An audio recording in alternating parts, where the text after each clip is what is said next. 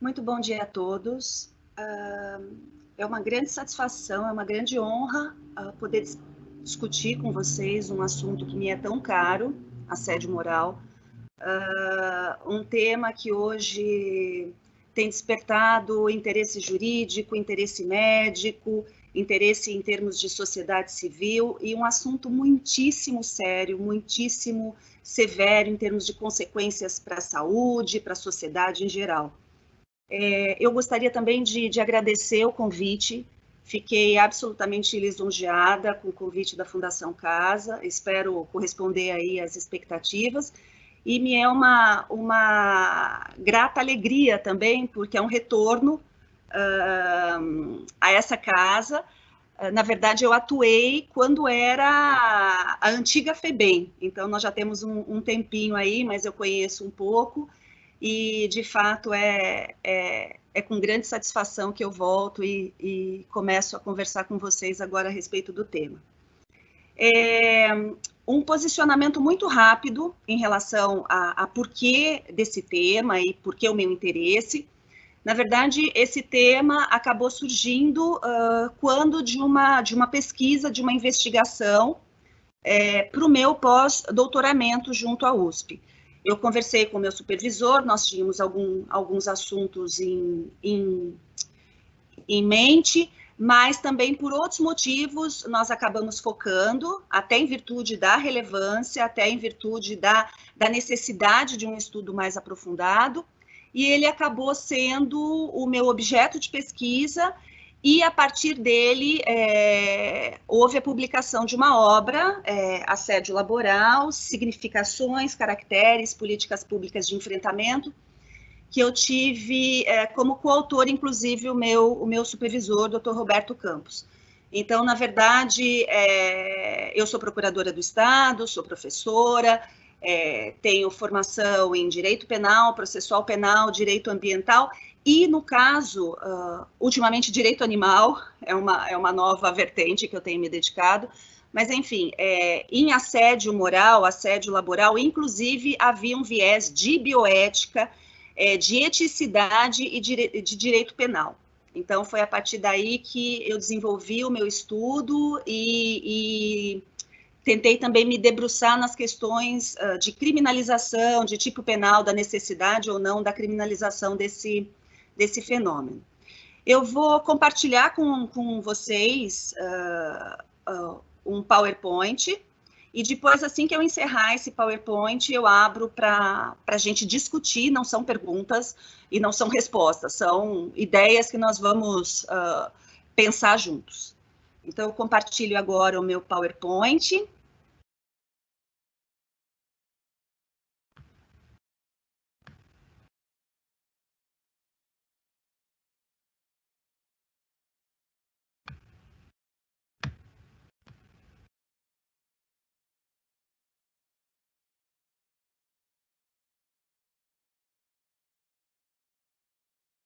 Pois muito bem. Eu gostaria de fazer só uma observação.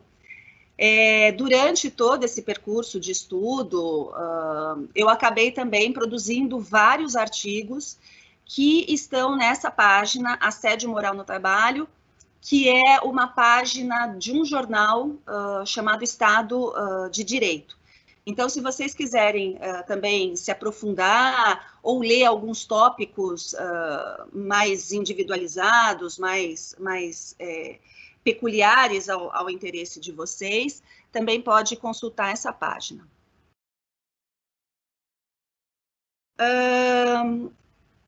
Para vocês terem uma ideia de qual é a dinâmica, o problema, o peso desse assunto de hoje, o maior estudo em relação a problemas de ordem de saúde mental, problemas de ordem psíquica e, especialmente, assédio moral, foi feito nos anos 2000 pela OMS e pela OIT, pela Organização Mundial de Saúde e pela Organização Internacional de Trabalho.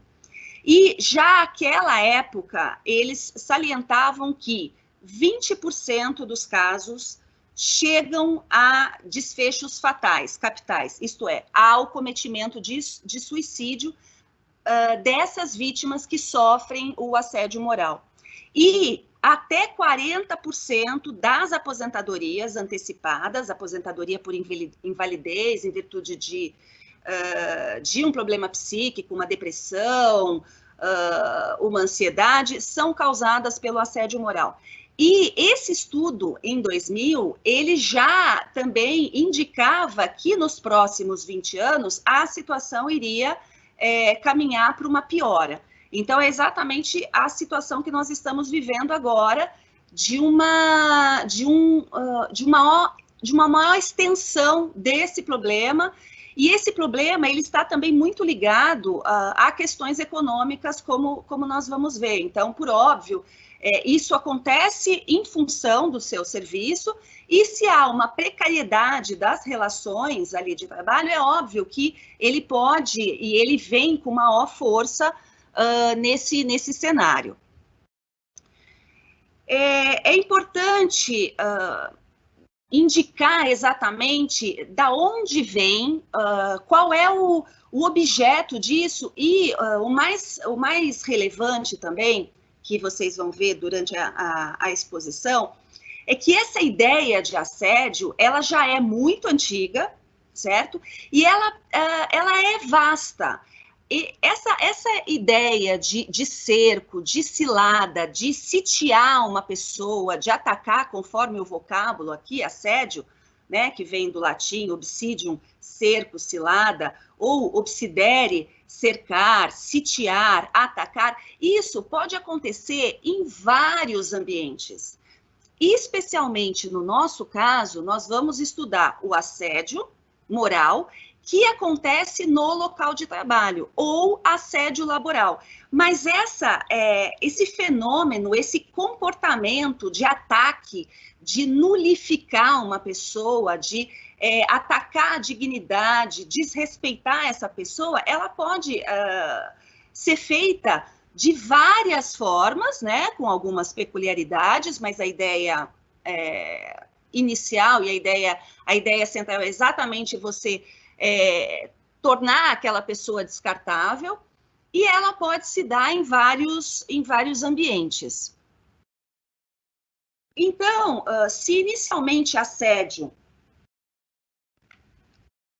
aludia aos cercos militares, às cidades e fortalezas, hoje essa ideia de assédio se projeta exatamente para situações coloquiais, mas com esse espírito de sitiar, cercar, encurralar uma determinada pessoa, ou até mesmo um grupo de pessoas. Vários estudiosos deram conceitos, se debruçaram sobre esse tópico, e o mais importante, que de fato destacou e principiou os estudos a respeito de assédio moral, foi o Lyman, na década de 90, até um pouquinho antes, perdão, em 1986. E percebam que o Lyman vai estudar assédio moral entendido como o assédio laboral, o assédio moral que acontece no local de trabalho ou em função das relações laborativas. Tanto é que ele utilizava até mais uma terminologia, que era o mobbing. Então, você pode falar de assédio moral no local de trabalho, você pode falar sobre assédio laboral ou mobbing. E o que vem a ser isso, de acordo com esse maior estudioso do assunto?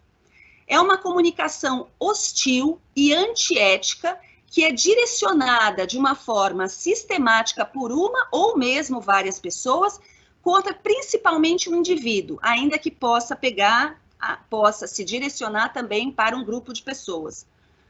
Essas ações antiéticas, essas ações de encurralar, de atacar a dignidade, atacar o senso de individualidade da pessoa, elas devem ocorrer frequentemente, deve haver uma frequência, e durante um longo período. Inclusive, o Lyman estabelecia esses dois requisitos, quase todos os dias e pelo menos por 6 meses. Esses requisitos hoje, diante de um caminhar do fenômeno do estudo, eles não são mais absolutos. Mas a ideia é que haja uma comunicação antiética, um comportamento injusto e moral no local de trabalho, já que nós estamos falando sobre assédio moral, e que haja uma frequência e uma duração.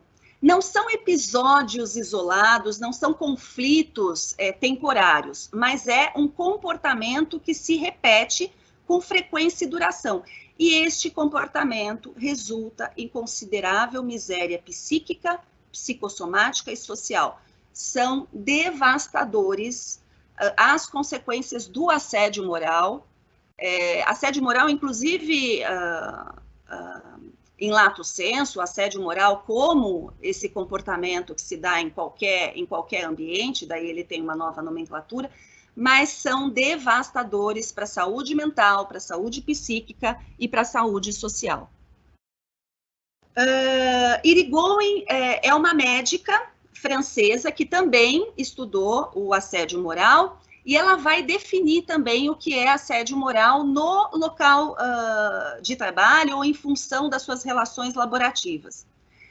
Toda e qualquer conduta abusiva, manifestando-se sobretudo por comportamentos, palavras, atos, gestos, escritos, que possam trazer dano à personalidade, à dignidade ou à integridade física ou psíquica de uma pessoa, colocando em perigo seu emprego e, por óbvio, degradando o ambiente de trabalho. Então, percebam alguns detalhes desse conceito. É uma conduta abusiva, é um comportamento abusivo, antiético, imoral, injusto, que pode se manifestar não apenas por palavras, por escritos, mas inclusive por gestos.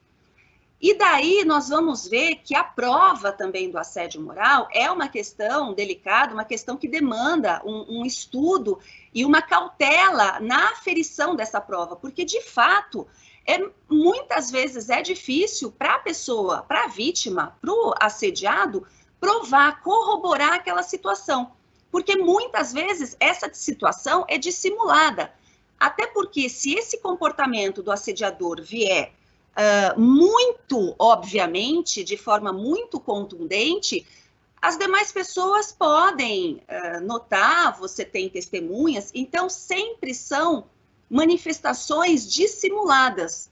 E imaginem manifestações dissimuladas, inclusive por gestos, por atos. Então, nós vamos ver que existem exemplos de um esbarrão, né, que inclusive é uma violência física, existe aquela desconsideração do indivíduo numa reunião de serviço, então a pessoa tenta falar, não lhe é dada a palavra, ele não é indagado a respeito de um assunto. Então percebam que é muito vasto como o assédio moral pode se manifestar, pode ser posto à mesa. E, por fim, nós temos uma desembargadora agora, do TRT, Sônia Nascimento, e ela também estudou esse assunto e ela vem, mais uma vez, conceituar. Percebam, há um ânimos desestabilizador, então o assediante, o assediador, ele pretende desestabilizar aquela vítima. Então, novamente, não é um conflito temporário, não é um episódio isolado, é algo reiterado, frequente para desestabilizar aquele indivíduo, para nulificar aquele indivíduo, para causar dano à dignidade e descartar a pessoa, inclusive como ser humano. Em outros estudos aqui, em São Paulo, nós temos o estudo também de uma médica, Barreto, e ela ouvindo as pessoas, por outros motivos, o objeto do estudo não era assédio moral, mas muitas pessoas se queixavam desse ambiente opressor, com esse ataque à dignidade, e uma expressão muito, muito comum dessas pessoas era: eu estou me sentindo um lixo. Aqui, só por curiosidade, esse aqui é um filme premiado que vem de um livro de um estudioso, um criminólogo, e é um caso real, é o Patrón, radiografia de um crime, é um caso real acontecido na Argentina, e você vai ver exatamente até que ponto é possível assediar um indivíduo, e este é exatamente um assédio moral no local de trabalho. Eu recomendo, é muito interessante, até em virtude dos bastidores também, como que é o mercado do comércio da carne, que tipo de produto é fornecido ao consumidor, é bem interessante. E essa figura de assédio moral já possui agora um entendimento do ponto de vista jurídico, judicial. A primeira decisão a respeito de assédio moral foi em 2002, da juíza Sônia das Dores Dionísio, e ela vem exatamente perceber esse fenômeno numa ação por indenização, em virtude de indenização por dano moral.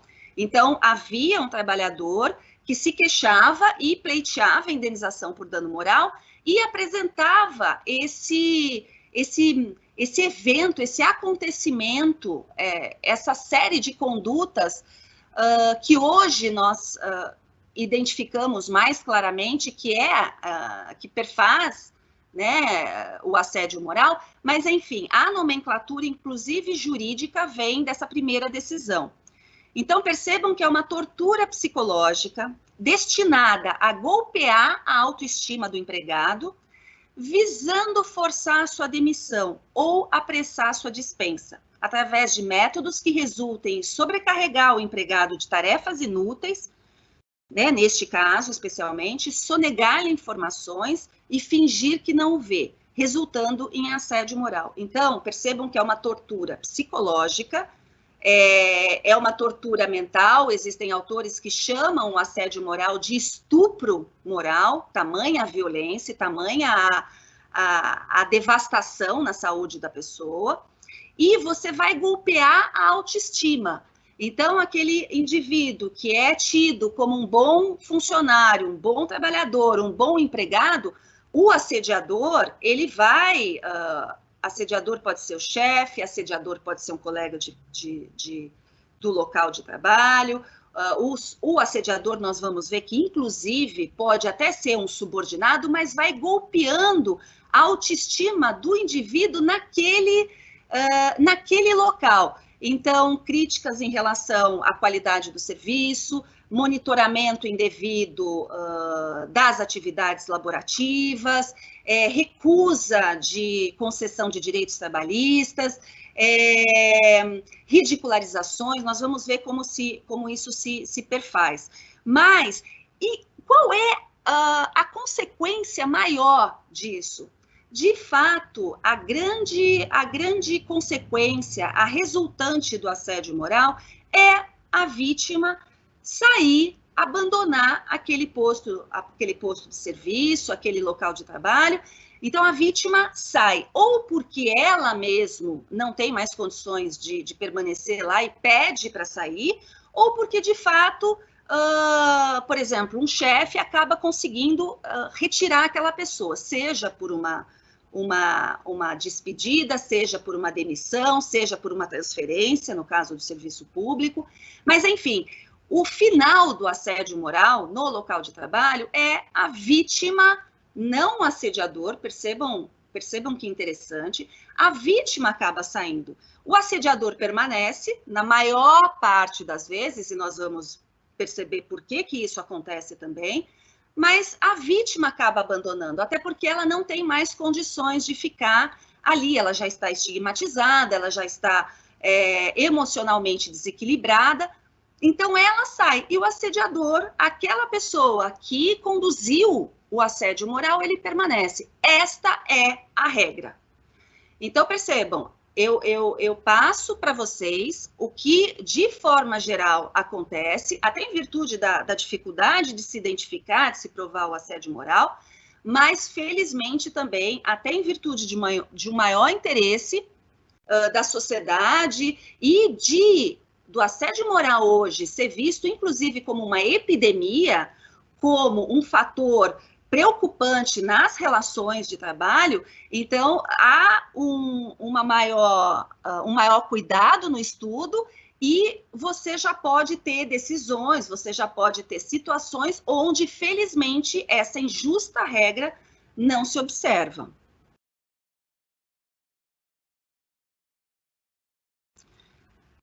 Modalidades de assédio moral. Aqui eu gostaria de chamar a atenção exatamente daquela primeira observação que eu fiz. Então, percebam que o assédio moral, essa terminologia, que alguns até preferem como assédio imoral, mas, enfim, o assédio moral, este encurralar, este tornar a pessoa, a vítima, um objeto, destruir completamente a autoestima, a dignidade dessa pessoa, ela pode se dar em vários ambientes, em vários locais. Nós, especialmente, estamos estudando o assédio laboral, mas o assédio moral, em geral, ele se dá, por exemplo, como assédio ambiental, como assédio em relação aos idosos, como assédio em relação às mães gestantes também no local de trabalho. Então, nós temos modalidades de assédio moral. A conduta, o comportamento, de forma geral, é o mesmo, com algumas peculiaridades, mas eu tenho locais diferentes. Eu fiz questão de começar com algumas modalidades um pouco mais, talvez, desconhecidas, essa especialmente não para vocês, que estão aqui em estudo diário com o ECA, mas nós temos, por exemplo, o grooming, que é uma figura já tipificada no artigo 241D do ECA, e é exatamente aquele ato de encurralar um jovem, uma criança, fingindo um adulto, fingindo ser alguém da mesma idade ou fingindo ser um amigo, tudo para fins sexuais. Então, isso é muito comum hoje nessas redes sociais, nesses sites de relacionamento. Muitas vezes vocês têm jovens que acabam sendo levados a manifestações sexuais por um adulto que se finge, que se passa por um indivíduo da mesma idade. Tem também este filme, Trust, que vem exatamente relatar essa situação de uma jovem que acaba se relacionando, acaba se comunicando via internet com um adulto, e esse adulto vai, aos poucos, sitiando, encurralando essa jovem para fins sexuais. O lawfare, que os senhores também já devem ter ouvido falar, que é a conjugação de duas palavras, law e welfare, ou seja, é a utilização como arma de guerra da lei. Você utiliza como instrumento de guerra, instrumento para desestabilizar a pessoa, exatamente processos judiciais. Então, nós temos, por exemplo, isso acontecendo em relação a políticos, em relação a estudiosos, hoje acontecendo em relação a jornalistas que são bombardeados e torpedeados por inúmeros processos judiciais. Então, percebam que o processo judicial perde a característica de meio para se pacificar, meio para se resolver uma situação da sociedade, e ele acaba sendo o instrumento, o mecanismo para você domesticar aquela pessoa, colocar aquela pessoa de acordo com o que você objetiva. O spam, que nós conhecemos muito bem, que nada mais é do que o assédio comercial, aquelas ligações frequentes de operadoras oferecendo serviços, aquele aborrecimento em horários inoportunos, em dias inoportunos, reiteradamente. Em outros países, o spam, por exemplo, ele é muito já regrado. Então, há necessidade do consentimento do consumidor para receber aquela propaganda, os horários são regulamentados, você não pode, né, essas empresas, elas não podem bombardear dia e noite o indivíduo, então há um período, depois há necessidade de se manter ausente, em silêncio, enfim, mas aqui nós não temos isso ainda, né, essa regulamentação. O stalking, que é muito, né, hoje está muito em voga se falar de stalking, né, stalkear e tal, mas que, por exemplo, já causou problemas muito sérios e é fenômeno observado com muita dureza nos Estados Unidos, onde você tem, por exemplo, fãs que acabam caçando os seus ídolos. E essa caça significa o indivíduo se postar em frente à casa da pessoa, assustar a pessoa do ponto de vista de permanecer ali, de seguir, da pessoa não saber, por exemplo, se corre risco de morte, se os seus familiares. Há algum tempo houve o episódio da Ana Hickman aqui no Brasil, que pode ser um exemplo, né, do que vem a ser esse assédio moral na figura do stalking, na figura desse caçador, desse assediador que vai em busca da sua caça. Mais um que certamente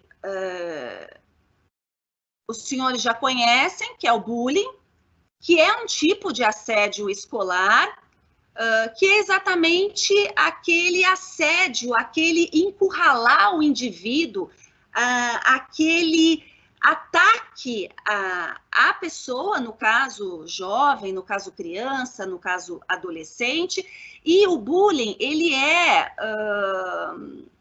característico, ele é diferenciado, porque aqui a violência física, ela predomina.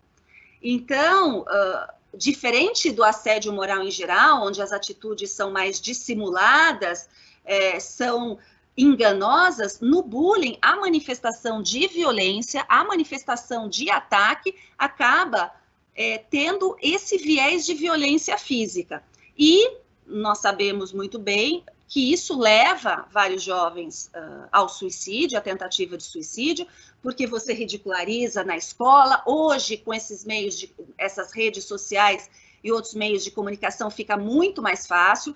Então, nós temos até o cyberbullying. Então, não é porque o jovem abandona a escola, sai da escola, que o bullying, o ataque, o assédio termina. Então, é no WhatsApp, é no Facebook, enfim, nessas redes sociais. Então, o bullying acaba tendo essa dimensão moderna, né, do cyberbullying, e o assédio, o ataque acaba permanecendo com um poderio muito grande, até em virtude da dimensão que ele toma, porque ele não fica limitado àquela sala de aula, àquela escola, ele pode se espargir. Imaginem algum tipo de ridicularização em relação a peso, em relação à forma física do jovem, numa rede social. Imaginem a dimensão disso para aquele jovem. Nós temos já uma lei aqui no Brasil, que é uma lei de combate sistemático ao bullying, que veio, inclusive, definir, né, o que é bullying. Como é um assédio escolar, esse bullying pode também acabar caminhando para aqueles ambientes universitários, porque, afinal de contas, nós falamos de bullying e nós pensamos de jovens, crianças, mas percebam que um jovem hoje, quando sai de um ensino fundamental e vai para uma universidade, ainda é um jovem que pode ser vítima de um bullying, né? Especialmente esse documentário é a respeito de episódios que aconteceram nos Estados Unidos, dentro de universidades, e, por infelicidade, como as universidades se comportaram, todas no sentido de repelir as denúncias, todas no sentido de desqualificar aquelas denúncias, desqualificar aquelas vítimas. E, só para encerrar essa parte do bullying, quando se fala de assédio escolar, então eu estou dizendo que pode haver na universidade, pode haver nas escolas, há também o bullying, uma figura chamada docente, que é o assédio moral do professor para com o aluno. Então, mais uma vez, percebam que o comportamento de encurralar aquela pessoa pode se dar com características muito diversificadas, em ambientes muito diversificados. Nós temos o assédio sexual, que é a única figura penalmente tipificada. Então, nós temos um artigo no Código Penal, que é o artigo 216-A, que vem falar sobre o assédio sexual. Então, o que é o assédio sexual? Constranger alguém com o intuito de obter vantagem ou favorecimento sexual, prevalecendo-se o agente de sua condição de superior hierárquico ou ascendência, inerentes ao exercício de emprego, cargo ou função. Então, percebam que aqui nós temos um assédio moral no local de trabalho, mas com uma vestimenta diferenciada. Então, aqui você vai sitiar, encurralar aquele indivíduo para qual o objetivo? É óbvio que você ataca a dignidade, é óbvio que você devasta emocionalmente aquela pessoa, mas é para fins de vantagem ou favorecimento sexual. Nós temos a pena, detenção de 1 a 2 anos, e o parágrafo 2º, que diz que a pena é aumentada em até 1/3 se a vítima é menor de 18 anos. Então, percebam que o assédio sexual, ele acaba sendo uma maneira muito peculiar do assédio moral se desenvolver. E o artigo, ele é muito limitado. Percebam que fala dessa situação de assédio moral desde que o agente seja superior hierárquico. Então, aqui há um comportamento muito bem estabelecido. É o comportamento do chefe assediador que assedia aquela jovem ou aquele jovem, enfim, aquele funcionário ali que está sob a sua ascendência em virtude de emprego, cargo ou função.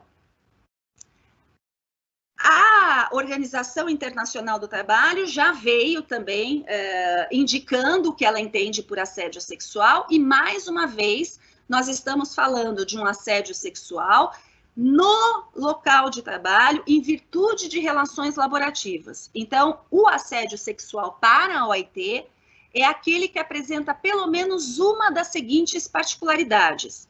É claramente uma condição para dar ou manter o emprego. É claramente uma condição de influência em promoções ou na carreira.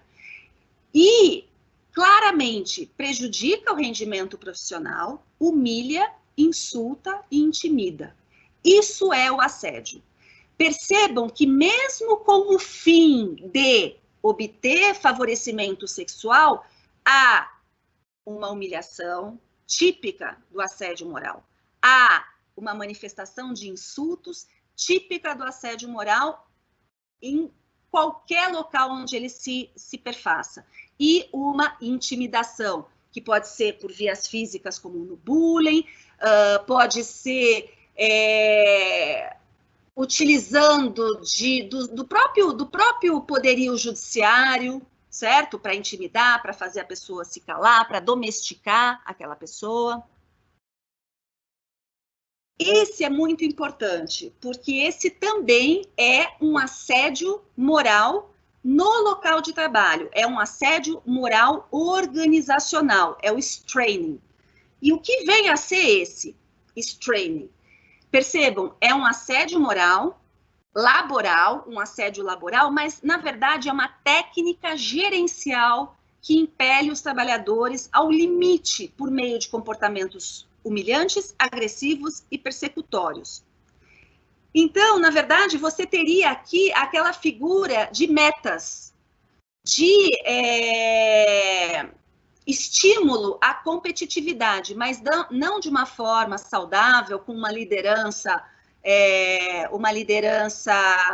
consciente. Aqui, você pauta esse levar o funcionário, levar o grupo até o limite das suas forças, a partir de advertências, de admoestações, de castigos vexatórios e ameaças de demissão sem justa causa. Aqui no Brasil, isso já foi detectado com algumas montadoras na região de Campinas, algumas montadoras estrangeiras, onde os funcionários relatavam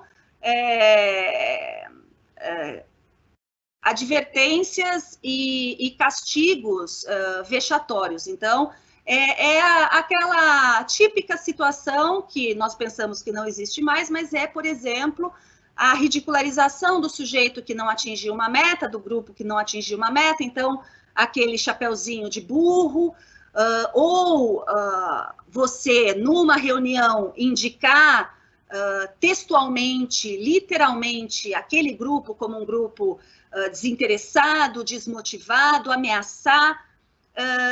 Percebam que não é uma política motivacional, porque ela vai estar pautada no medo, em comportamentos humilhantes, em comportamentos agressivos e de perseguição. Como eu detecto o assédio?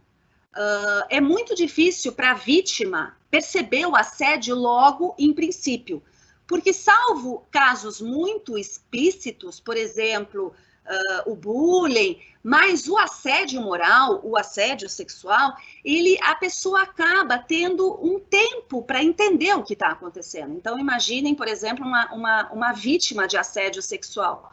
É apenas uma cantada, é apenas um convite para levar até em casa, não há nenhum tipo de má intenção, e aquilo vai tomando uma proporção, de acordo com o que o Lyman disse, se torna frequente, se torna periódico, se torna duradouro, as ameaças começam a ficar mais evidentes, só que nesse percurso, a saúde da pessoa já está sendo atingida. E há uma característica muito terrível no assédio. A vítima normalmente se sente culpada. Então, será que eu dei aso a que acontecesse isso? Será que eu dei aso a essa interpretação equivocada? Será que eu dei aso a pessoa me humilhar e me recriminar em termos de produção? Será que eu não estou fazendo o suficiente? Será? E nesse caminhar, você já começa a ter manifestações de ansiedade, de depressão, os homens principalmente exacerbam no uso de álcool, e daí nós vamos em direção a tentativas de suicídio e morte.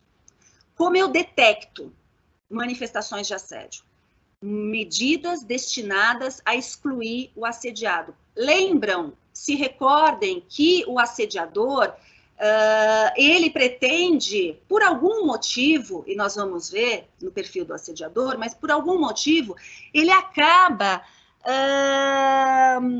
identificando uma pessoa para se comportar daquela maneira, para assediar.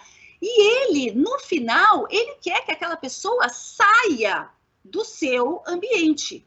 Então, na iniciativa privada pode ser uma despedida, na iniciativa pública, no serviço público, pode ser uma transferência, enfim, ele quer que aquela pessoa abandone aquele ambiente. A partir do momento que ele não consegue que aquela pessoa seja domesticada, seja conformada ao que ele entende que deva ser, ele acaba empurrando aquela pessoa para fora do ambiente, seja de forma ativa, seja de forma passiva, a própria pessoa pedindo para sair daquele ambiente. Então, na verdade, você tem medidas que são destinadas a excluir o assediado. E essa exclusão, ela acaba sendo feita dia após dia. Então, você tem, por exemplo, situações que são muito emblemáticas. Há uma reunião onde se darão informações a respeito de um projeto, informações, ou se discutirá um caso, e a pessoa não é chamada. A pessoa não é chamada para a reunião, a pessoa não é indagada, perquirida a respeito de um projeto que lhe cabe, né? Óbvio que eu estou falando dentro da legalidade das incumbências. Ataques ao rendimento pessoal e profissional. Então, começam ataques diuturnos ao rendimento profissional. Você não leu isso? Você não fez isso? Você não estudou isso? E esse ataque acaba também atingindo a vida pessoal da pessoa, a vida pessoal do indivíduo. Rumores e ridicularização a respeito de vestimenta, a respeito da forma da pessoa andar, a respeito de crenças religiosas, a respeito de comportamento de natureza sexual. Então, começa aquele burburinho. E isso vai minando. Você imagina você, num local de trabalho, você vai até a sala do café, por exemplo, um exemplo simplório, você vai até a sala de café, há um grupinho, começam risadas, e, na verdade, se sabe o que está ali por baixo. E, mais uma vez, percebam o quão difícil é a prova disso. E daí nós vamos falar no final como lidar com isso. No caso do assédio laboral, do assédio moral no local de trabalho, há um abuso de poder. Eu não estou falando que assédio moral laboral, assédio moral no local de trabalho, é a chefia orientar, a chefia cobrar uma determinada tarefa. Não é isso. Assédio moral não é o poder dirigente, o exercício legal e legítimo do poder dirigente, do direcionamento dos serviços. Há um cunho de abuso, há um cunho de humilhar aquele ser humano. Há um controle desmedido e inapropriado do rendimento. Então, questão de horário, questão de idas ao banheiro, questão de telefonemas, questão de saídas para o café, saídas para, talvez, fumar um cigarro. Então, há um controle inapropriado, até porque ele vai ser desigual. O assédio, ele tem essa característica. Você é a vítima, há uma vítima. Então, o comportamento é direcionado em relação àquela pessoa. Ou, como nós vimos no training, a um grupo de pessoas, não aos demais. Então, quando começa a haver uma desigualdade nesse uso de poder abusivo, tenham certeza que há já indícios de assédio moral. E uma denegação inexplicável de direitos trabalhistas. Tudo isso é a OIT que está dizendo. Não há concessão de férias, inexplicavelmente, não há concessão de uma licença-prêmio no serviço público, concessões até mesmo de licença médica, licença-saúde são dificultadas. Todas medidas que vão minando aquele profissional que ali está. O Lyman, ele tem um questionário de 45 perguntas, se eu não estou equivocada, que ele proporciona exatamente estabelecer, a partir das respostas, se há uma situação de vivência de assédio ou não. E daí ele acaba compartimentando isso em alguns grupos e com alguns exemplos, algumas situações chaves.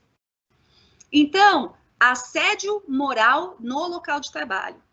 Como ele se manifesta? Atividades de assédio para reduzir as chances da vítima de se comunicar adequadamente com os outros. Então, aqui, o assediante, o assediador, ele pretende o quê? Isolar a vítima, até para que a vítima não peça ajuda para os colegas, até para que a vítima não reporte aos colegas o que está acontecendo, para que não haja um estabelecimento de solidariedade e para que haja a continuidade desse comportamento assediante às escuras, de forma dissimulada. Então, falando em termos de chefia, mas não só de chefia, nós temos colegas também, mas o chefe ou os colegas impedem o indivíduo, a vítima, de se expressar, o contato com a vítima é rejeitado, até por gestos de desprezo, e a vítima pode ser ameaçada. Este é o primeiro grupo. Existem atividades de assédio destinadas a desacreditar ou impedir a vítima de manter a sua reputação pessoal ou profissional. É a ridicularização. A ridicularização que abrange o aspecto profissional e o aspecto pessoal. E aqui um viés, uma faceta absolutamente terrível e perniciosa, né, do comportamento assediante.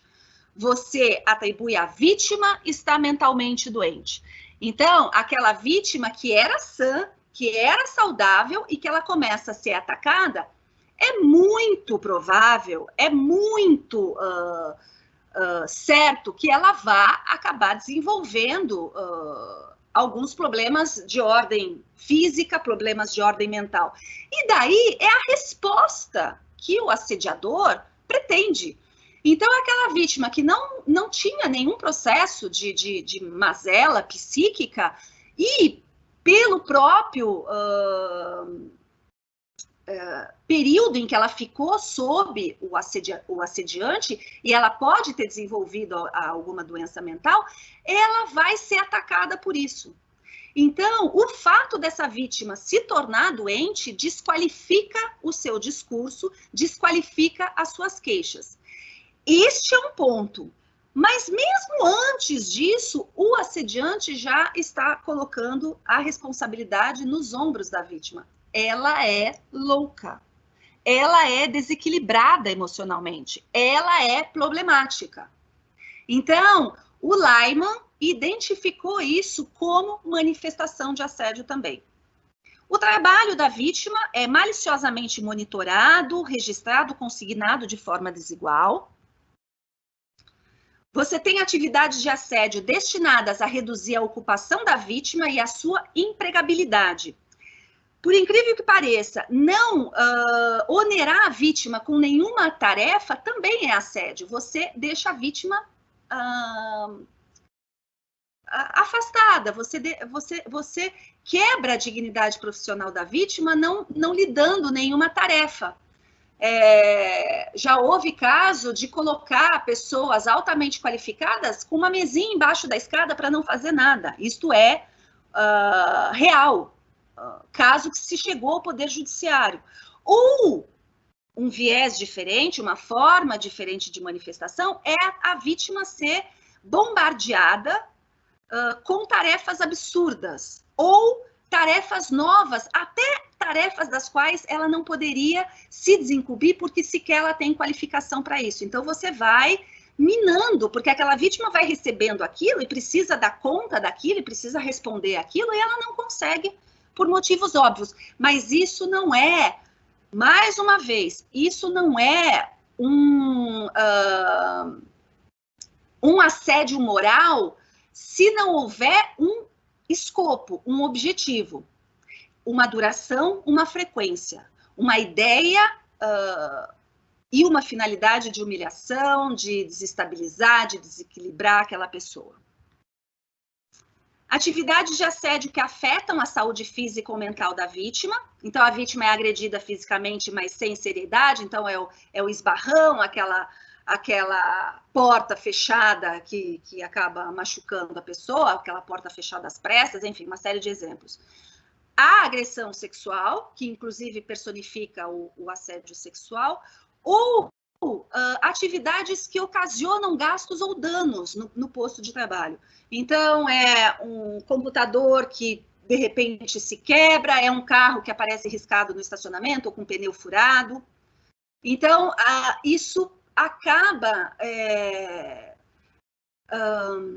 perfazendo um quadro de intimidação e humilhação que a vítima não suporta.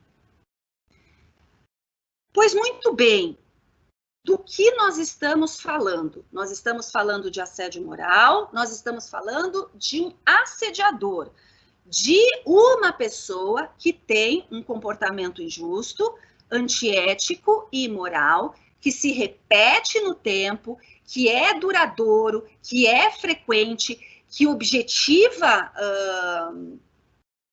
o desrespeito à dignidade daquela pessoa, o descarte daquela pessoa. Não são episódios isolados, não são atitudes isoladas. Até em virtude disso, esses grandes estudiosos acabam detectando problemas de ordem mental nesse assediador, né? Nessa pessoa que vê aquela vítima sendo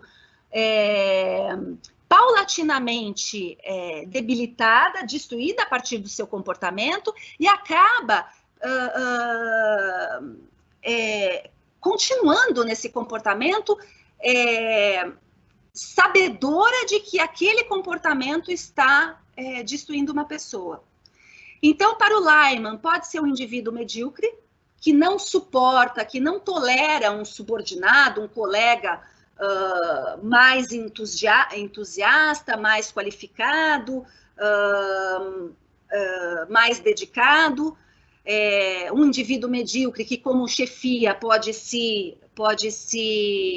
temer aquele subordinado em virtude das qualificações, pode temer pelo posto. Um perverso narcisista, para Irigoyen, né? Uma pessoa que é absolutamente vaidosa, ou um psicopata, um Hannibal Lecter organizacional. E daí, aqui eu tenho um perfil do assediador feito a partir de um estudo da médica doutora Barreto, e ela vai detectar alguns tipos emblemáticos de assediador do ponto de vista da chefia, tá? E daí nós vamos falar um pouquinho o porquê disso. Então, é jocoso, mas, ao mesmo tempo, é muito difícil isso. Porque nós temos o assediador, o chefe pitbull, que é o chefe agressivo, violento, perverso em palavras e atos. Nós temos o troglodita, que é o eu mando e você obedece, é o brusco, é o grotesco. Nós temos o tigrão, que é aquele que esconde a incapacidade com atitudes grosseiras. Ele precisa ser temido por todos, ele precisa impor o respeito a partir do temor, a partir da agressão, a partir da humilhação. O garganta, que é o chefe que não conhece das suas atividades e acaba contando vantagem e não admite que o subordinado saiba mais que ele. O tá-se-á, que é o tá se achando, é o típico chefe que, se o projeto que ele leva aos seus superiores é elogiado, ele colhe os louros, mas no caso de não ser bem visto, não ser admitido, ele responsabiliza os subordinados pela incompetência. O profeta, que é o que vai enxugar a máquina, que vai demitir os trabalhadores, e essa é a sua grande realização de vida. E o mala babão, que é o chefe que bajula o superior e não larga o pé dos subordinados, é o capataz moderno. Então, isso é um estudo de uma médica com inúmeros funcionários aqui do estado de São Paulo, das mais variadas categorias, indústria química, enfim, das mais diversas funções trabalhistas, e daí veio exatamente colocar alguns perfis de assediador, né, de uma forma jocosa, mas nós sabemos que não é tão divertido assim. E o que eu quero sublinhar aqui? Percebam que eu falei de chefia, percebam que eu falei de chefe, percebam que eu falei do assédio sexual, então nós temos o chefe que assedia sexualmente o funcionário, a funcionária. Então, na verdade, o assediador, na relação do assédio moral, ele pode ter posições diferenciadas. Então, nós temos um assédio moral vertical, descendente, né? Da chefia para com o subordinado e ascendente do subordinado para com a chefia. Ou assédio moral horizontal, no mesmo horizonte entre colegas. E o assédio moral também pode ser ativo por comportamento, conduta, gesto, palavra, ou o passivo. Aquele indivíduo que tem o poder de fiscalizar e ele não gerencia, ele não controla o que está acontecendo no setor. Então, aqui nós temos um panorama do que ocorre com mais frequência. A maior frequência de assédio moral é exatamente do assédio moral vertical descendente, do chefe para com o seu subordinado. Então, há um assédio moral ativo, daquele chefe para com o subordinado, ele humilhando, ele devastando aquela pessoa, ele encurralando, mas também um assédio moral passivo, porque este indivíduo, este chefe, está subordinado a uma corporação que não fiscaliza, que não o reprime nas suas condutas. E vocês vão perguntar, mas é sempre assim? Vejam, quando se fala de assédio, nós temos uma relação de desequilíbrio de poder. Então, pensem no bullying, por exemplo. O bullying não é uma brincadeira entre crianças, é um assediador que encurrala, que ataca com violência até física um colega. Então, não é uma brincadeira entre pares, onde há um equilíbrio das relações de poder, onde as pessoas estão brincando juntas, onde esses jovens, essas crianças estão brincando juntas. Há um desequilíbrio de poder, alguém que exerce esse poderio, esse abuso de poder em face do outro. Então, o assédio está ligado a essa questão de exercício abusivo de poder. Óbvio que eu preciso da figura do assediador, esse indivíduo doente, esse indivíduo medíocre, segundo o Lyman, mas eu preciso também de um ambiente que propicie essa conduta a esse indivíduo, que não o reprima, não o fiscalize, não o sancione por isso. E daí nós temos um terreno fértil para o assédio. Assédio e poder. Nós temos uma cultura organizacional de poder, hierarquia e disciplina, uma excessiva verticalização e burocratização, uma ausência de alternativas imediatas de solução, uma falta de profissionalismo dos chefes, permeabilidade à política e emprego abusivo por parte do assediador do poder disciplinar punitivo. O que eu estou falando aqui? Eu estou falando do assédio moral no local de trabalho, na administração pública.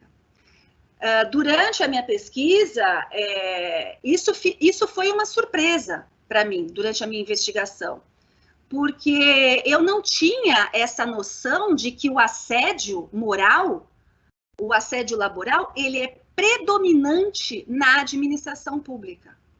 Eu nunca imaginei que isso pudesse ter maior primazia junto à administração pública, junto ao serviço público. E daí, por N características, você vai entendendo isso. Então, por exemplo, essa questão aqui da falta de profissionalismo dos chefes. Pessoas que são alçadas ao posto de chefia, não por competência, mas por ligações ao grupo de poder daquele momento. E, obviamente, chefes que muitas vezes não têm qualificação suficiente e, diante disso, acabam assediando e afastando pessoas potenciais riscos à sua posição. Permeabilidade à política, então, mais do que na iniciativa privada, a administração pública, ela é permeável ao grupo político daquele momento. E se você é um dissonante àquele grupo, você também pode ser vítima de assédio, até tendo isso como principal foco. Na administração pública, é muito fácil para a chefia, para as corregedorias, instaurar procedimento administrativo disciplinar, que também é uma forma de intimidar e aniquilar aquela pessoa.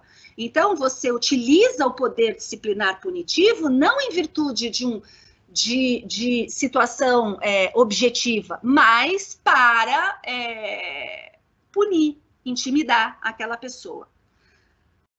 Você tem hierarquia e disciplina, então você tem uma necessidade de domesticar aquela pessoa dentro daquela instituição. Por isso que o assédio, por incrível que pareça também, durante a pesquisa, ele é muito, muito, muito, muito fácil de ser observado em corporações militares. Por quê? Porque ali eu tenho a maior rigidez de hierarquia e disciplina, porque ali eu tenho hierarquia e disciplina como situações legalizadas e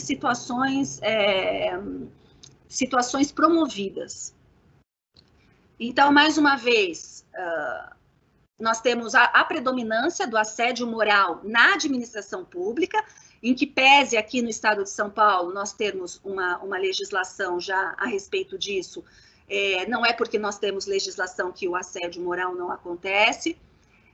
Na administração pública, mais uma vez, uma característica também que a faz com o predomínio no assédio moral é que na iniciativa privada, o chefe, quando tem um embate duradouro, frequente, quando o chefe quer descartar aquela pessoa, ele simplesmente despede aquela pessoa. Na administração pública, em virtude das garantias constitucionais, em virtude da estabilidade, não é tão simples assim. Então, você vai, já que você não consegue descartar aquela pessoa, você vai minando, minando, minando, até a própria pessoa não tolerar mais e acaba pedindo para sair. Esses estudiosos são espanhóis, a Espanha também tem uma produção muito profícua em relação ao assédio moral, e nós não podemos esquecer, e eu já ouvi, eu já dei palestra em lugares que me foram relatados esses episódios, o assédio moral também pode ser uma forma de encobrir e possibilitar a corrupção. Então, pode haver um sistema corrupto, um sistema de favorecimento, aquele funcionário não compactua com aquilo, aquele funcionário pretende denunciar ou denuncia aquilo, e é óbvio que ele começa a ser perseguido. Então, o assédio moral, por exemplo, ele é muito comum quando nós temos, por exemplo, dirigentes sindicais, né? Porque são pessoas que você precisa calar, né? Você precisa, de alguma maneira, silenciar aquelas pessoas. Eu poderia gastar horas, infelizmente, relatando e narrando para vocês todas os sintomas, todas as possibilidades de problemas de ordem física, psíquica e social, né? Porque saúde, segundo a OMS, é um bem-estar físico, psíquico e social, mas eu só enumerei alguns que me parecem mais protuberantes, mais emblemáticos. O que a vítima começa a sofrer após o início e durante este período de ataque, de humilhação, de desqualificação, perda de memória, depressão, irritabilidade, hipersensibilidade, sentimentos de insegurança, pesadelos, choro e isolamento, dores, estômago, costas, cervicais, fibromialgia, intestino irritável, diarreia, vômitos, náuseas, distúrbios no apetite,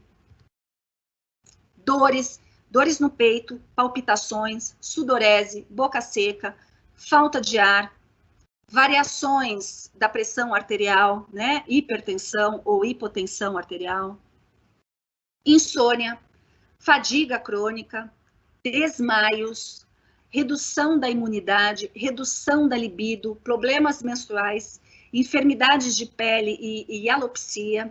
Isso eu já testemunhei, então a pessoa começa de fato a perder os cabelos, né, numa manifestação psicossomática ali da humilhação que ela vem sofrendo.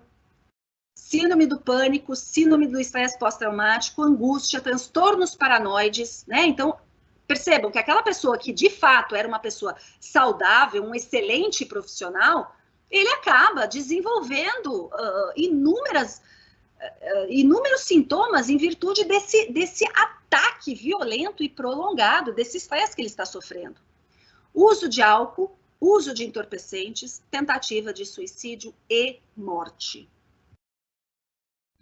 E como nós estamos falando de um todo, até do ponto de vista social, abandono do local de trabalho, né, com exclusão laboral.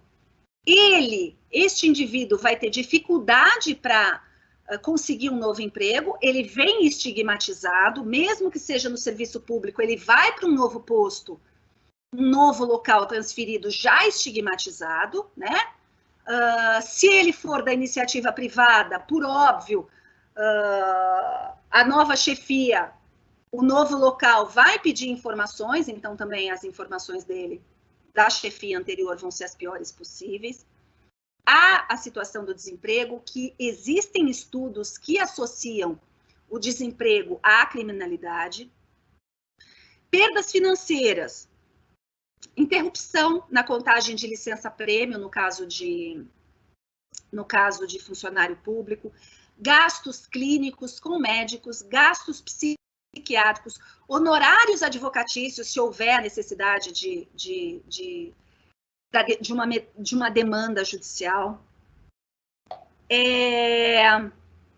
Nós vimos, para a sociedade, licença médica, licença saúde e aposentação são custos previdenciários ou estatutários. Então, percebam que uma pessoa, um profissional que é agredido dessa maneira, que é repelido do local de trabalho, precisa pleitear uma licença médica, uma licença de saúde, ou mesmo vai ser aposentado precocemente em virtude dessa situação física ou emocional, é uma demanda, é um custo para os cofres públicos ou da sociedade, né? Cofres da administração pública ou cofres previdenciários. E aqui eu coloquei, como outros também, outras consequências, consequências em relação à própria instituição. Porque uma instituição que admite, uma instituição, uma corporação que admite esse ambiente tóxico, ela tem um prejuízo na sua imagem institucional e uma perda na competitividade. Aqui eu exemplifiquei com a France Telecom, hoje Orange da França. Lá houve um episódio de assédio moral, onde em 2010, mais ou menos, essa manifestação é de 2010, durante um período, né, de alguns anos, em virtude do assédio moral dentro dessa corporação, dentro dessa empresa, 60 funcionários se suicidaram. 60. Esta manifestação é em virtude de um suicídio que aconteceu no pátio da empresa, no estacionamento, com um funcionário ateando fogo ao próprio corpo. Por óbvio, isso deprecia a imagem institucional. Neste caso, os dirigentes foram processados. Por quê? Porque esses dirigentes também, seja por ação direta, conduta, comportamento, seja por omissão de não fiscalizar, de não preservar a saúde dos seus funcionários e deixar que haja um assédio dentro da sua empresa, eles devem ser responsabilizados. O assédio moral não se confunde com burnout. Por quê? Porque o burnout é um esgotamento físico, é um esgotamento mental, que está relacionado à vida profissional. O burnout tem como sintomas, sintomatologia muito proximamente ao assédio moral, mas existem diferenças. No burnout, você vai ter um indivíduo absolutamente apaixonado, workaholic, que chega ao colapso físico e mental. Ele queima. O burnout, diferente do assédio moral, já é reconhecido pela Classificação Internacional de Doenças como um distúrbio, uma doença mental de caráter depressivo, né, que precede um colapso físico e mental, e também tem a sintomatologia muito próxima ao assédio moral, que pode levar ao suicídio. E o burnout também, diferente do assédio moral, essa síndrome já é equiparada a acidente de trabalho. Então, é muito mais fácil, na situação de uma pessoa que está sendo acometida pela síndrome de burnout, conseguir, inclusive, isso como reconhecimento de doença e equiparar isso a acidente de trabalho. Havia até um projeto de equiparação do assédio moral a acidente de trabalho, mas foi arquivado ano passado. Qual que é a diferença? No assédio moral, você tem um esgotamento profissional, obviamente, como no burnout, só que se no burnout eu tenho um cotidiano laboral extenuante, o ambiente é opressor, o ambiente me extenua, me suga todas as forças, no assédio moral eu tenho um agressor. Eu tenho a figura de um agressor, eu tenho a figura de um assediante. Então, eu estou sendo vítima não de um sistema opressivo, porque eu sou um piloto de avião, porque eu sou um bombeiro, porque eu sou um soldado em guerra, mas porque eu sou vítima da conduta, do comportamento de uma pessoa, com a conivência das chefias, seja por ação, seja por omissão, porque os empregadores têm a responsabilidade e o dever de preservar pela saúde física, mental dos seus empregados. E daí nós vamos ver daqui a pouquinho porque eu falo isso com tanta convicção. Nós temos uma acepção jurídica aqui de um estudo também espanhol, do Larroz, que é um jurista, um juiz da nação espanhola, e ele fala exatamente que o assédio moral é uma pressão laboral tendenciosa, que te leva a desenvolver depressão, que leva a desenvolver ansiedade. Ele não entende que o assédio moral seja uma doença, como nós já entendemos aqui o caso do burnout, né? Mas aqui é só um detalhe rápido. Como isso é visto nos demais países? Nós temos países que andam muito bem na regulamentação e nas tentativas de prevenção, de enfrentamento, de combate ao assédio moral. Começo pela França, por causa da Marie Irigoyen. Então, na França, nós já temos criminalizadas as duas figuras, não só o assédio sexual, como aqui no Brasil, mas também o assédio moral.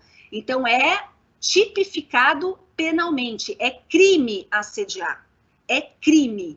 Isto pode redundar em pena de prisão, pena, aqui nós temos também a pena de multa, mas enfim. E percebam qual é a concepção, a tipologia, o tipo penal na França. Assediar, né? Então ele já entende,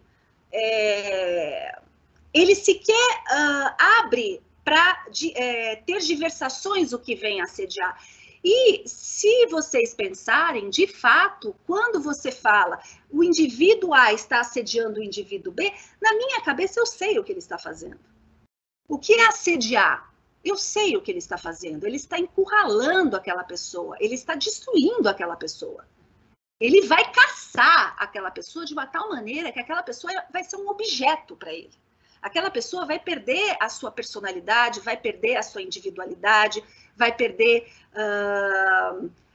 as suas características pessoais, até porque, isso também seria até interessante falar, mas demandaria mais tempo, mas isso até muitas vezes é um mecanismo de defesa da vítima.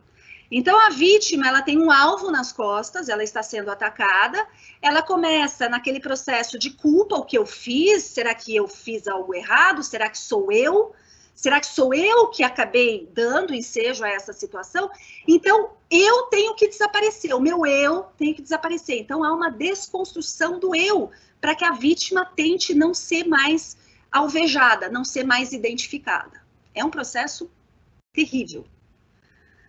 Enfim, assediar outros por atos repetidos, cuja finalidade ou efeito é uma deterioração das condições de trabalho, que podem afetar os seus direitos e dignidade, prejudicar sua saúde física ou mental, ou comprometer o seu futuro profissional, punido com multa, punido com 2 anos de prisão, perdão, e uma multa de até 30 mil euros. Na Colômbia, nós temos uma lei razoavelmente recente, muito interessante, muito inovadora, e ela, inclusive, ela vai exemplificar o que é assédio moral. Então, assédio moral é você maltratar o indivíduo no ambiente ou em função do seu trabalho, você perseguir aquele indivíduo, você discriminar aquele indivíduo, haver uma iniquidade laboral ali, o gerenciamento, o monitoramento, o regramento é desigual, não é equitativo. Há uma desproteção laboral, sim, porque eu posso também minar aquele profissional não concedendo determinados instrumentos de proteção, e até uma figura muito interessante que é o entorpecimento laboral. É uma ação tendente a obstar, fazer mais gravoso ou retardar o cumprimento do trabalho. Então, percebam como nós estamos saindo de uma figura muito contundente, né? Então, humilhar, atacar a dignidade, até a uma ação tão mais sutil, né, de fazer mais gravoso o cumprimento do trabalho. Então, eu não passo informações, eu não concedo o software, não concedo o hardware, eu não propicio as condições ali para que ele desenvolva bem as tarefas. Como eu lido com isso? Como eu tento enfrentar e combater isso? Então, nós temos políticas, nós deveríamos ter políticas públicas para isso. O primeiro mecanismo de combate, e isso está sendo já desenvolvido com muita expertise na iniciativa privada, mas também já chegando no serviço público, é o compliance, é o código de conduta. Então, eu vou ter, de fato, um código, eu vou ter, de fato, um manual do que é assédio e do que não é assédio. Do que pode ser uma manifestação de assédio e pode não ser. E com todas as consequências, como se deve proceder, quais são as consequências para o assediador. Mas, enfim, o que nós temos aqui em foco? O empregador, ele tem a obrigação constitucional de zelar pela saúde dos seus empregados. Então, ele, em última instância, é o responsável pelo bem-estar dos seus empregados, e ele é responsável se, porventura, houver assédio moral no interior da sua organização. Em virtude disso, ele pode ser responsabilizado, e em virtude disso, qual é a primeira reação do empregador a uma denúncia de assédio? Não houve. Não, a pessoa é problemática, a vítima é problemática, eu tenho plena confiança na minha chefia, isso não aconteceu. Por quê? Por que essa primeira atitude refratária, né, defensiva do empregador? Porque ele pode ser responsabilizado. E, de forma geral, em termos pragmáticos, não só uma responsabilização financeira, Mas também, de maneira pragmática, é muito mais fácil você descartar um elemento da corrente do que colocar uma chefia ali que muitas vezes desenvolve uma política motivacional, né, entre aspas, que lhe agrada, né, que você, de uma certa forma, você é cúmplice disso. Então, nesse compliance, nesse código de conduta, além de haver uma declaração de princípios, não tolerância, tolerância zero ao assédio laboral, há normas, né, mecanismos de identificação prévia de comportamentos assediantes. Então, por exemplo, se detectar em setores, em determinados grupos, pedidos reiterados, pedidos frequentes de licença médica, ou de licença saúde, ou talvez uma ou duas aposentadorias por invalidez, ou conflitos costumeiros que estão se repetindo, duradouros, evitar que o assédio se instale de forma contundente, pesada, e que a vítima seja já devastada e mais difícil para se recuperar. Procedimentos confidenciais para recebimento de denúncias. Eu vi uma vez, numa determinada companhia, que havia uma sala com um vidro e uma caixinha para você colocar a denúncia, né, fechadinha, uma caixinha fechadinha para você depositar uma cédulazinha ali com a denúncia. Só que a sala, ela era vazada com o vidro, então fica muito difícil receber uma denúncia nesses termos. Percebam, quando eu falo de compliance, eu falo desses mecanismos, mas é óbvio que eu não posso olvidar, não posso esquecer de uma investigação isenta, né? Tem que ser um comitê isento, mas que inclusive me garanta a defesa daquele que está sendo acusado de ser o assediador, um processo legal de investigação, não é de solapão que isso acontece sem as garantias de uma investigação, de um contraditório, de uma defesa dessa pessoa. E, principalmente, tomada de medidas de proteção e de reabilitação das vítimas. Então, evitar retaliações, proteger as vítimas, né? Não adianta uma vítima denunciar e ficar à mercê do assediador até que se investigue, até que se tome uma atitude. E essa vítima, ela vai necessitar de uma terapia, ela vai necessitar de uma reabilitação. Nós temos a criminalização, o PL 4742 de 2001, que vem criminalizar, que vem constituir, que vem colocar um tipo penal para o assédio moral.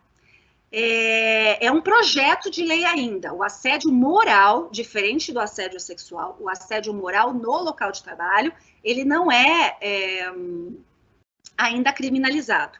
Mas nós temos esse projeto de lei, e esse projeto de lei vem tipificando da seguinte maneira: ofender reiteradamente a dignidade de alguém, causando-lhe dano ou sofrimento físico ou mental, no exercício de emprego, cargo ou função. Pena de detenção a 1 ou 2 anos e multa além da pena correspondente à violência, porque nós já vimos que pode haver violência física, violência psíquica.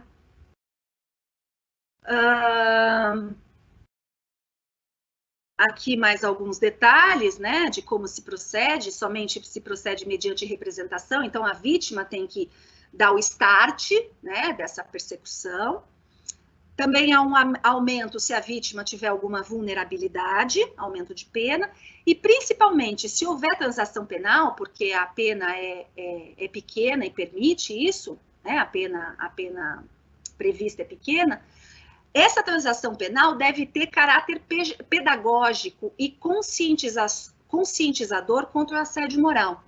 Então, quando se faz essa transação penal, né, quando o assediador, se esse projeto de lei via se tornar o artigo 146A do Código Penal, você vai ter vítima, assediado e assediador, né? Transacionando ali, o assediador vai receber uma reprimenda, mas essa reprimenda deve ter um caráter pedagógico, né? Então, isso, por exemplo, é muito bem enfocado, também muito bem focado no caso do bullying e na lei federal de combate ao bullying, porque o bullying pode ser feito pelo menor infrator, como um ato infracional. Então, eu também tenho que ter essa ideia de caráter pedagógico. Mesmo porque existem estudos muito interessantes, mas também não dá para a gente se estender aqui, de que o assédio pode ter esse comportamento de um círculo vicioso, né? Se diz o seguinte também, que o assediador, ele tem cadáveres no armário.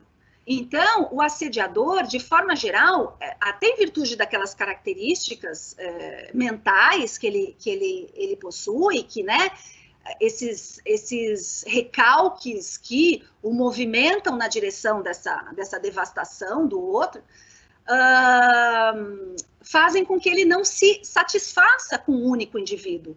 Então, ele persegue um, depois ele se sente ameaçado por um segundo, depois um terceiro, e só mais um parênteses que me é muito importante dizer, e talvez a gente possa pensar até em termos de prova, é que os colegas que testemunham isso, os colegas de trabalho que testemunham, muitas vezes silenciam. Porque até em virtude desses cadáveres no armário, essa sanha assediadora do indivíduo, eles podem se sentir as próximas vítimas. Então, eles entendem, bom, melhor que seja com aquele do que comigo. Só que isso é uma falácia, porque a partir do momento que o assediador conseguir a finalidade de afastar aquela vítima, de descartar aquela vítima, pelas inseguranças, pelos recalques, ele vai buscar uma próxima vítima, que pode ser uma das testemunhas anteriores. Providências, do ponto de vista judicial. Então, como eu enfrento isso? Então, nós temos políticas públicas, um compliance, um código de conduta, nós temos a possibilidade de um projeto de lei de criminalizar, de fato é importante esse peso do direito penal, sinalizando para a sociedade que esse é um comportamento devastador e que não deve ser permitido. E nós temos, hoje, providências do ponto de vista civil, por exemplo, uma indenização por danos morais. Se for um assédio sexual, nós já temos providências também de ordem criminal, né, porque nós temos um tipo penal, e nós temos no âmbito trabalhista, né, se for CLT, ou do ponto de vista da administração pública, se o indivíduo for um servidor estatutário. Então, nós temos demandas judiciais, nós temos ações judiciais. E para que essas ações judiciais sejam importantes e sejam frutíferas e sejam exitosas, eu preciso ter uma prova bem constituída, que deve ter, por exemplo, alguma coisa muito bem objetivada. Então, registro do dia, da hora, do local dos fatos, daquela perseguição, daquela humilhação, daquela agressão verbal. Colher testemunhas, na medida do possível, seja um colega de trabalho, seja uma pessoa, talvez até externa, gravações de áudio ou vídeo, celulares gravando, guardar documentos em geral, isso é importante, porque vocês se recordam quando eu disse que o assediador quer afastar o indivíduo? Então, ele quer humilhar tanto a pessoa que ele não quer mais ter contato com aquela pessoa. Então, começam bilhetinhos. Esses bilhetinhos são prova, né? Ah, isso aqui tá ruim, isso aqui você não fez certo, corrigir aspectos corretos do seu serviço só para te ferir, para te humilhar e para te deixar inseguro. Laudos médicos em geral, né, dando conta das questões de saúde, né? Um detalhe, isso é importante, mas já há uma sensibilidade do Poder Judiciário, né, um caminhar muito vagaroso e ainda casuístico de que nós temos uma dificuldade na prova e que daí nós podemos flexibilizar um pouco isso, mas isso não contem com isso. Aqui, só para vocês terem uma pontuação do que eu estou falando, grotesco no assédio laboral, então nós temos situações de fato grotescas. Eu vou falar especificamente dessa situação da Miss Mijona, que é um caso absolutamente estapafúrdio. Então, empresas de telemarketing são locais propícios para o assédio moral, até para o strainer, né? Então, há uma fiscalização, inclusive, de horário, de ida ao banheiro, e o Ministério Público acabou se deparando com essa situação de uma funcionária que, para evitar essas idas ao banheiro e essas reprimendas e essas repreensões, ela acabou usando fralda geriátrica. E daí o Miss Mijona, e você tem uma depressão, você tem uma ansiedade, você tem uma palpitação, você tem um distúrbio de ordem física, psíquica. Tem mais alguns casos aqui, que depois, se alguém tiver interesse, eu passo. Percebam, eu já estou encerrando, percebam que nós nem estamos falando do ideal, que é o índice de felicidade no trabalho, né?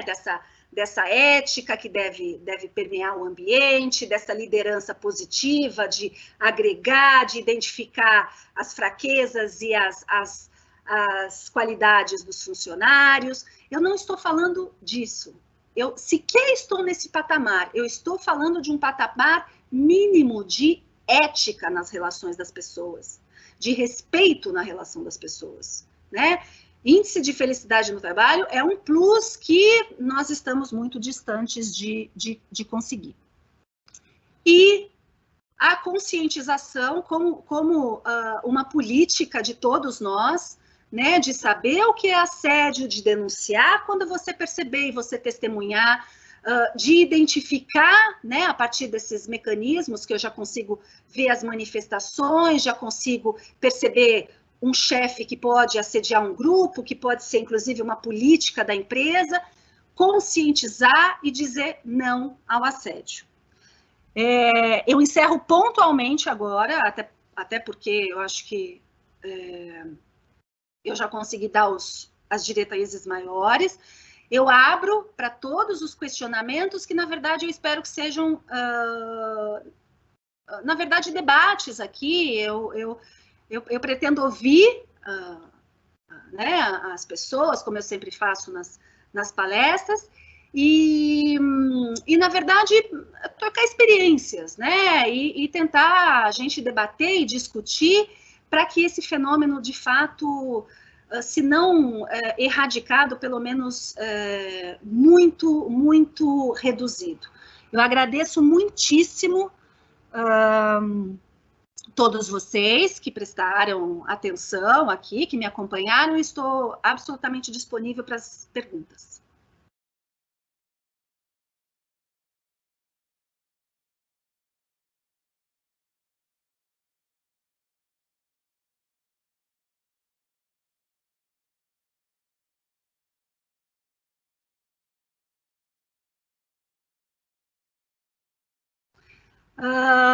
Eu vou responder a primeira pergunta. Eu não sei se eu posso dar o nome do sujeito, né, do indivíduo que me faz essa pergunta, mas, enfim, é a primeira pergunta de um encarregado administrativo da Casa Esperança. Então, ele diz o seguinte: normalmente o assédio moral é condicionado do gestor ao funcionário.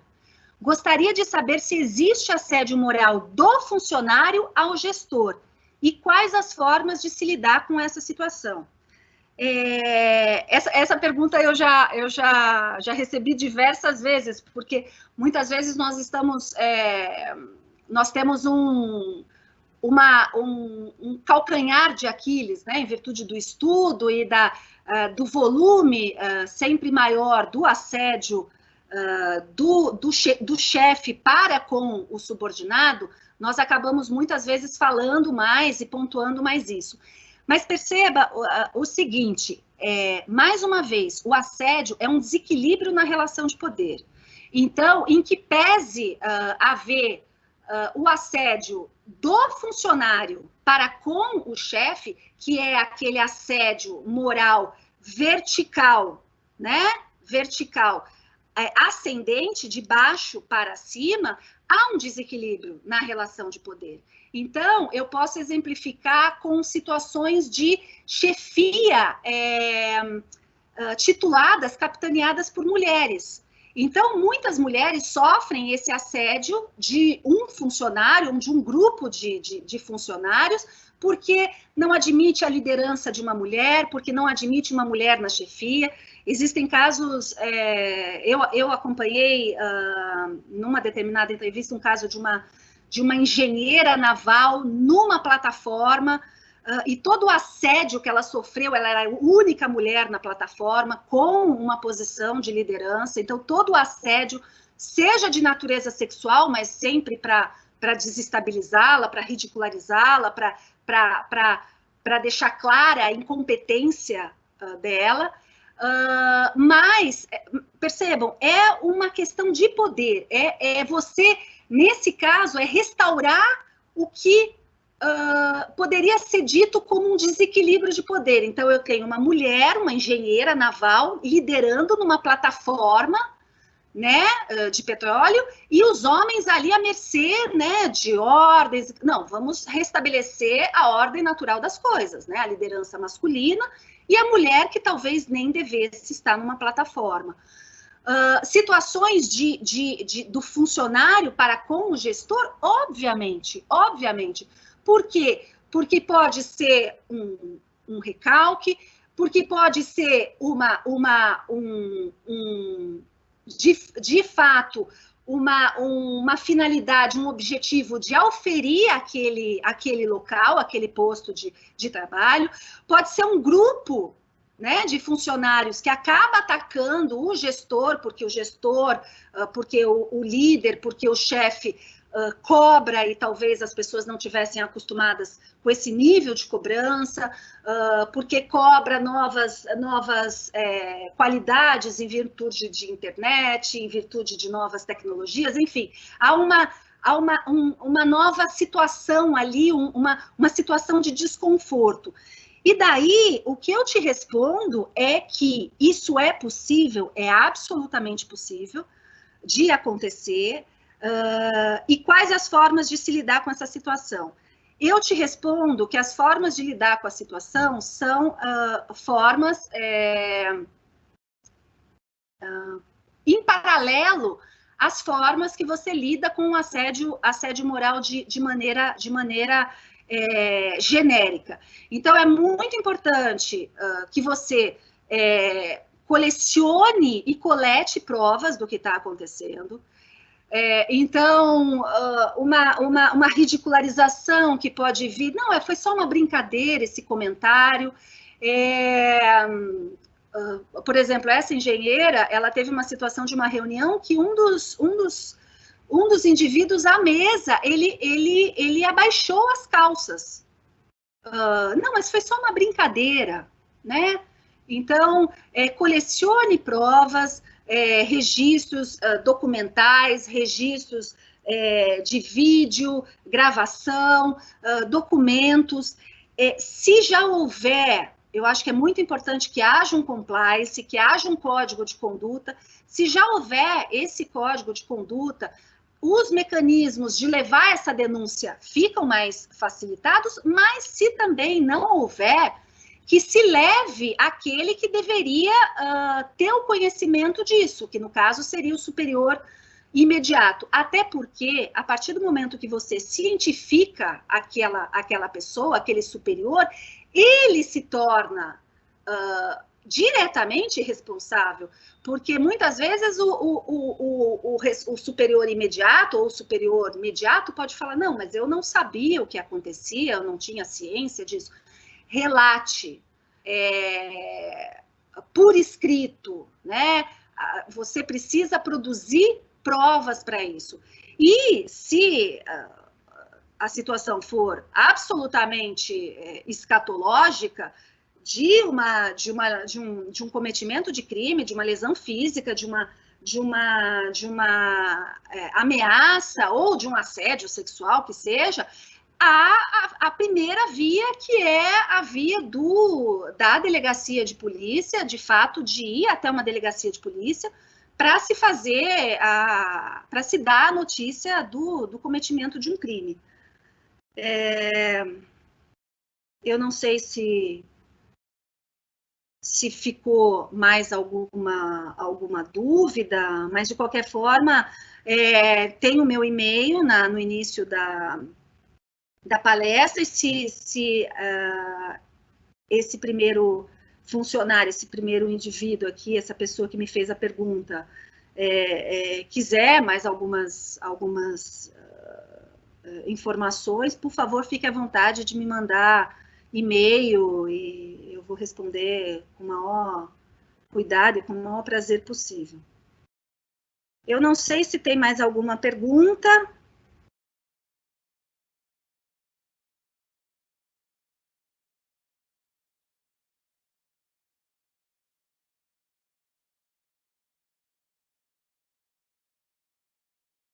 Eu penso que não.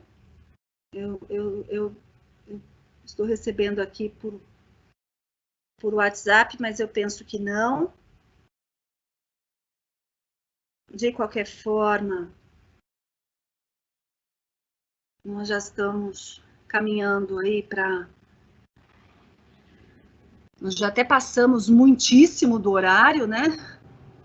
Por favor, se houver mais alguma pergunta, mais alguns segundinhos aí, mas mais uma vez eu me prontifico a responder. Se quiserem conversar de forma mais reservada, por favor, fiquem à vontade. É um assunto muito sério, com consequências inimagináveis do ponto de vista financeiro, do ponto de vista médico, e que há necessidade de uma conscientização, de se consciencializar e de se enfrentar. Eu penso que, na verdade, que não existem mais perguntas. Eu quero agradecer muitíssimo a atenção de todos vocês, mais uma vez o convite, que muito me honrou de estar aqui, poder passar alguns dos meus conhecimentos para todos vocês. Muitíssimo obrigada e fico à disposição. Bom dia para todos. Obrigada.